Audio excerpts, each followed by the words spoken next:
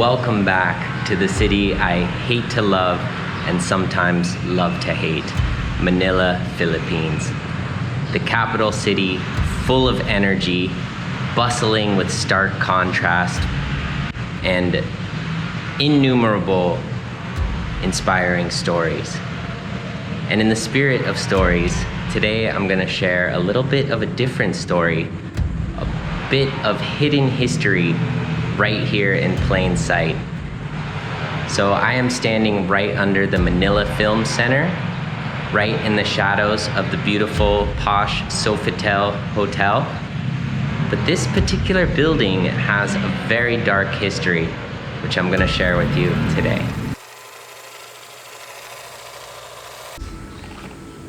The Manila Film Center is a piece of brutalist architecture located in the reclamation area of Pasay City on the banks of Manila Bay.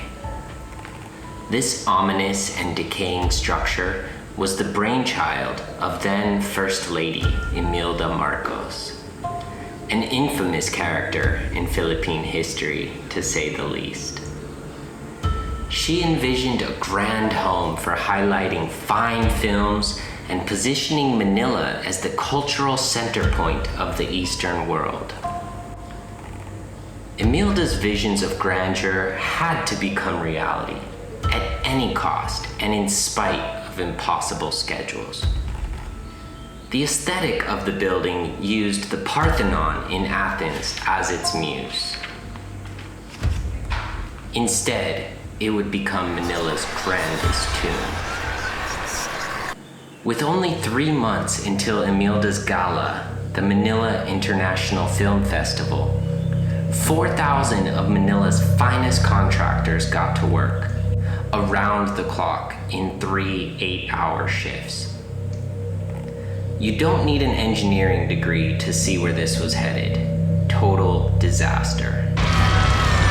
But this was not an era where no or any dissent was tolerated.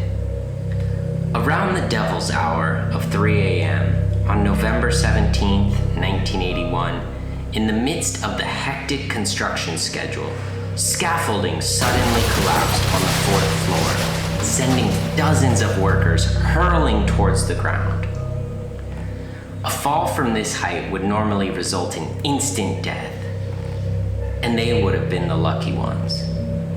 In a tragic sequence of events, cement had been poured on each floor without waiting for the previous to have tried.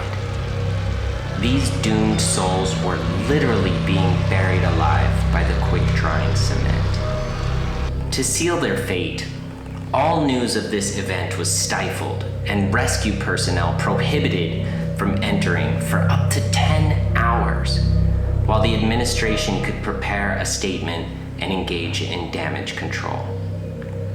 According to Nina Benino, PR officer for the film festival, "From a distance, I could see people in stretchers being carried out, frozen in cement. When I got there, they were still digging out people. The cement was not completely hard.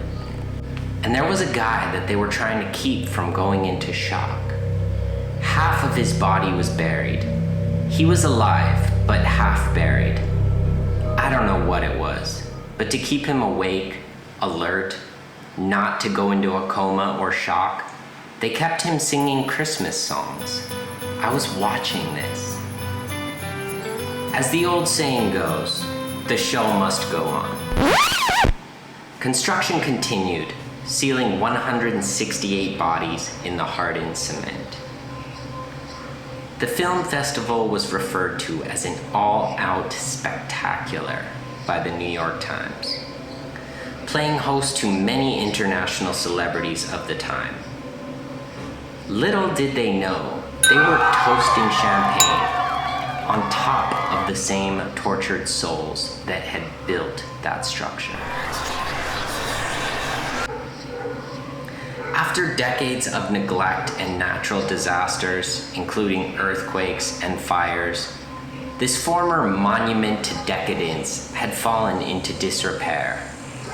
However, the legend of the cursed film center along with the spirits of those trapped inside, can still be heard today.